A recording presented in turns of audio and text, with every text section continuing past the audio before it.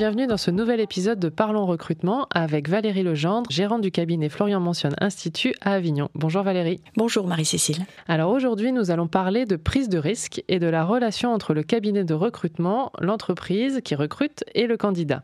Nous avons déjà parlé des différentes étapes du recrutement dans un épisode précédent. Alors pour vous, à partir de quel moment vous décidez de sortir un peu des cases de la fiche de poste et de proposer des profils différents à une entreprise ? C'est à chaque fois une vraie réflexion et un engagement. Et à partir de quel moment je peux aller sur une certaine prise de risque pour les candidats ? Je pense que quand il y a un feeling du candidat par rapport au client en disant ce type de personnalité peut matcher. Et là, ça demande justement une analyse au départ parce qu'on connaît bien la façon de fonctionner du client, de son équipe, sa culture d'entreprise. Et on pense que la personnalité, en tant que telle, au-delà de la compétence, va vraiment apporter quelque chose. Donc, on peut aller sur des profils moins attendus. Quand une situation est coincée aussi, et là, c'est juste le marché du recrutement, c'est-à-dire il n'y a pas les profils qu'on attendait, et donc là, on se dit on ouvre. Et on ouvre, on prend un certain nombre de risques aussi par rapport à des personnalités ou des expériences qui sont un peu différentes. Et j'allais dire au final, le contraire, quand la situation est très confort, que le marché est en croissance chez le client, que l'équipe est plutôt souple, et là on se dit, pourquoi pas, on irait chercher quelqu'un d'un petit peu différent qui amènerait autre chose à l'équipe. Donc selon la façon dont on aborde et dans quel contexte on se situe, on peut être amené à prendre un certain nombre de risques. C'est un processus de réflexion quand même, c'est pas un jeu auquel vous allez tenter quelque chose pour voir. Non, c'est jamais un jeu, parce qu'il y a beaucoup d'enjeux pour le coup, de mon côté, bien évidemment, qui va proposer une sélection de candidats, côté du client, qui paye pour ce service et qui veut être un minimum rassuré et qu'on ait minimiser les risques, même s'il y en a, et bien sûr le candidat qui joue son va-tout pour un autre projet professionnel. Pourquoi le client décide d'y aller ? Comment vous arrivez à l'encourager, à oser justement sortir des cases ? Quand on arrive à convaincre que la personnalité peut vraiment bousculer quelque chose de façon positive. Ça peut fragiliser a priori, mais si on ose, les effets sont souvent très bénéfiques. Et ça, on arrive à les faire toucher du doigt, ces effets.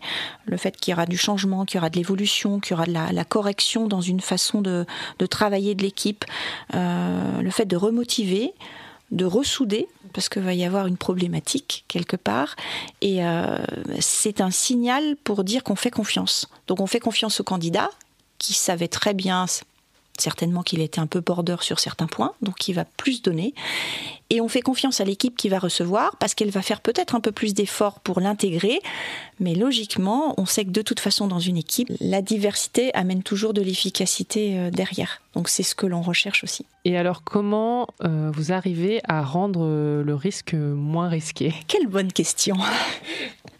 Je pense que c'est un partage avec le client, donc avec l'entreprise qui recrute. Quand je propose la shortlist, souvent je la commente avant pour donner justement les plus et les moins de chaque candidat. Donc il faut être clair sur les attentes prioritaires. Quand on sait très bien vers quoi s'oriente le poste, on peut refaire un point qui est un peu plus assoupli par rapport au profil du candidat. Ça, c'est une chose. Le fait que la décision soit partagée, c'est ce que j'encourage la plupart du temps. C'est-à-dire le risque est pris par le dirigeant, le manager. Quand il se pose trop de questions, repartager avec l'équipe en disant voilà le type de profil. Est-ce qu'on y va ? Est-ce que vous vous sentez pour ? Potentiellement la faire rencontrer aussi. Ça permet d'avoir une adhésion qui va faciliter les choses. Et enfin, de s'impliquer encore bien davantage dans l'accompagnement. Quand on va chercher des personnes qui seraient peut-être pas tout à fait dans la plaque, sur différents niveaux. L'idée est de border ces conditions d'arrivée, d'être encore plus présent dans l'intégration, de faire des points encore plus réguliers, de faire des correctifs rapides et puis d'encourager et d'être très très disponible et encore plus. Donc c'est un effort qu'on demande, mais moi je pense que le résultat est encore plus beau à l'arrivée. Mais c'est nécessaire d'avoir ça en tête pour justement que cette prise de risque soit très très minimisée et riche. Bien sûr. Et puis au final, on est sur un rapport humain et donc la prise de risque, elle est toujours là, quoi qu'il en soit. On ne peut jamais tout cadrer. C'est peut-être ça aussi qui est intéressant dans votre métier. C'est ce qui fait qu'on vibre, je ne vous le cache pas, qui fait effectivement l'engagement, qui est un mot que j'aime beaucoup par rapport à ce que ça signifie. Mais logiquement et bien évidemment, c'est pour ça que les cabinets ont leur mot à dire. Je persiste à dire qu'ils diminuent ce risque malgré tout, avec toute l'analyse et le travail qu'il y a derrière. Parfait, merci beaucoup Valérie pour ces échanges autour de la prise de risque. On vous retrouve très bientôt dans un nouvel épisode de Parlons Recrutement. À bientôt Valérie. À bientôt, avec grand plaisir.